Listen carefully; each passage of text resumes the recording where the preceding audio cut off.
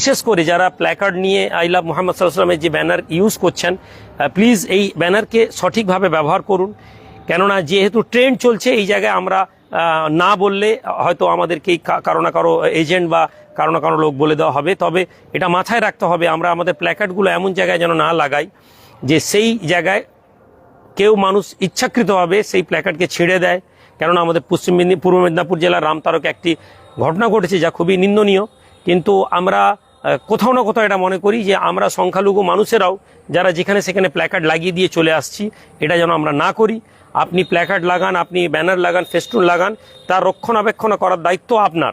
যদি আপনি এটা না মনে করতে পারেন, তাহলে আপনি যেখানে সেখানে প্ল্যাকার্ড লাগাবেন না।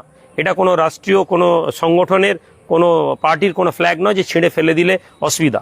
যদি আল্লাহ নবীর নামের পিছনে ফেলে দেওয়া হয়, তাহলে এটা মাথায় রাখবেন, তার গুনাহ আপনাকে বহন করতে হবে। তো আমরা মঞ্চের পক্ষ থেকে এটা আবেদন করছি আপনাদেরকে যে প্লিজ আপনারা ব্যানার ফেস্টুনগুলো একেবারে সম্মানিত জায়গাতেই লাগান যদি লাগানোর প্রয়োজন মনে করেন।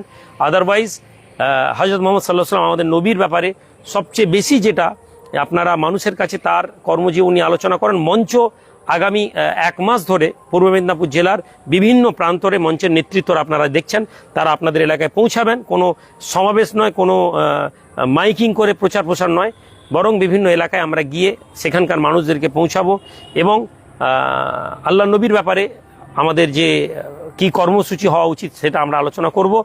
আর আগামীতে আমাদের ডেট আছেন, স্পোক্সপারসনরা আছেন, তারা ঘোষণা হয়তো করবেন।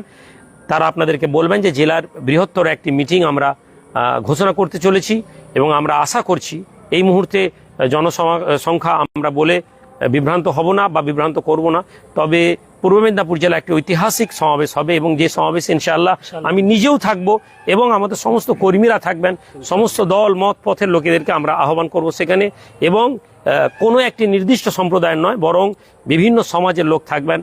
এবং আমরা চেষ্টা করছি, আমাদের মাস্টার সাহেবরা আছেন, বিভিন্ন ইন্টেলেকচুয়াল পার্সন যারা আছেন, যারা আল্লাহ নবীকে নন মুসলিম কিন্তু তারা নবীকে স্টাডি করেছেন, এরকম ধরনের লোকেদেরকে আমরা আনবো এবং আমরা সেখানে সমস্ত ধর্মের ভাইদেরকে আহ্বান করব যাতে তারা বুঝতে পারেন যে একজন মানুষের নাম লেখার জন্য কি কারণে প্রশাসন তাকে জেল করতে পারে, তার নাম এফআইআর হতে পারে।